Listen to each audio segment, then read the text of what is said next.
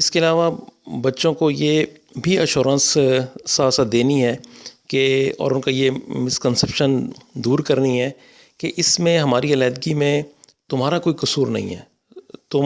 بالکل بے قصور ہو، اور جو کچھ بھی ہوا ہے وہ ایک مس انڈرسٹینڈنگ تھی، اور یہ مس انڈرسٹینڈنگ بالکل ہو سکتی ہے کیونکہ سارے انسان مختلف طبیعتوں کے ہیں،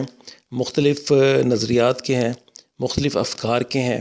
اور مختلف طریقوں سے سوچتے ہیں، ریئیکٹ کرتے ہیں، ایکٹ کرتے ہیں۔ اس لیے یہ علیحدہ ہو جانا کوئی ایسی قیامت کی بات نہیں ہوگی ہے جس سے تم لوگ بالکل ڈاؤن ہو جاؤ، اور تمہارا قصور تو ہے ہی نہیں۔ بچوں کو یہ ایشورنس لازمی دیں کہ تمہارا قصور نہیں ہے، جو کچھ ہوا ہے وہ ہمارے درمیان ہوا ہے، اور وہ بھی اس لیے ہوا ہے کہ ہم مختلف طریقوں سے سوچتے تھے، اور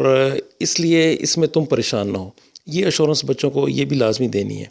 اس کے علاوہ ہمارے لیے سب سے بڑے رول ماڈل جناب نبی کریم علیہ السلام کی حیات مبارکہ ہے، اور ان کی سیرت ہے، اور صحابہ کرام رضی اللہ عنہم مجمعین کی زندگیاں ہیں، اور ان کو یہ درس ضرور دیں روزانہ کہ ان کی زندگیوں میں کیسی کیسی سختیاں آئی ہیں اور کیسی کیسی مشکلیں آئی ہیں۔ اور جناب نبی کریم علیہ السلام تو بچپن میں ہی وہ ان کی پیدائش سے پہلے ان کے والد فوت ہو گئے، پھر وہ جب 6 سال کے ہوئے تو ان کی والدہ فوت ہو گئیں، تو انہوں نے تو یتیمی میں زندگی گزاری، اور پھر پوری لائف کیسے سٹرگل کی ہے، اور ان کی محنتوں اور کوششوں کے طفیل آج ہم مسلمان ہیں، اور پھر صحابہ کرام رضی اللہ عنہم اجمعین نے کتنی قربانیاں دی ہیں اور کیسے کیسے زندگی گزاری ہے۔ پھر ان کے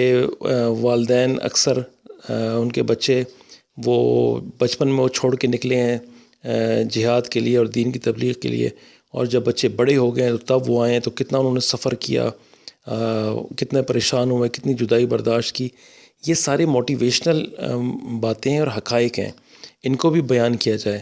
اور اسلام میں صبر کے فائدے اور اجر و ثواب ملنے کی امید، اور اس دنیا کا عارضی ہونا اور آخرت کی زندگی کا نہ ختم ہونا، یہ بھی بیان کیا جائے کہ یہاں کی خوشی غم، یہاں کا دکھ سکھ،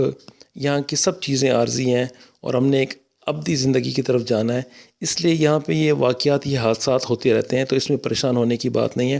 تمہارا کوئی قصور نہیں ہے۔ بس بچوں کو یہ ایشورنس دی جائے کہ اس میں آپ کا کوئی قصور نہیں ہے، جو کچھ ہوا ہے وہ ہم میاں بیوی کے درمیان ہوا ہے، اور وہ اس لیے ہوا ہے کہ ہم ڈفرینٹ سوچ رکھنے والے لوگ ہیں، اور یہ ڈفرینس آف اوپینین اور یہ خیالات کا ٹکراؤ اور یہ اپنی رائے کا بیان کرنا، اس کے نتیجے میں یہ علیحدگی ہوئی ہے۔ تو یہ کوئی ایسی بات نہیں ہے، تم بہرحال پریشانی اپنے ذمہ مت لگاؤ، خود کو مجرم مت بناؤ۔ یہ معنی ایشورنس ان کو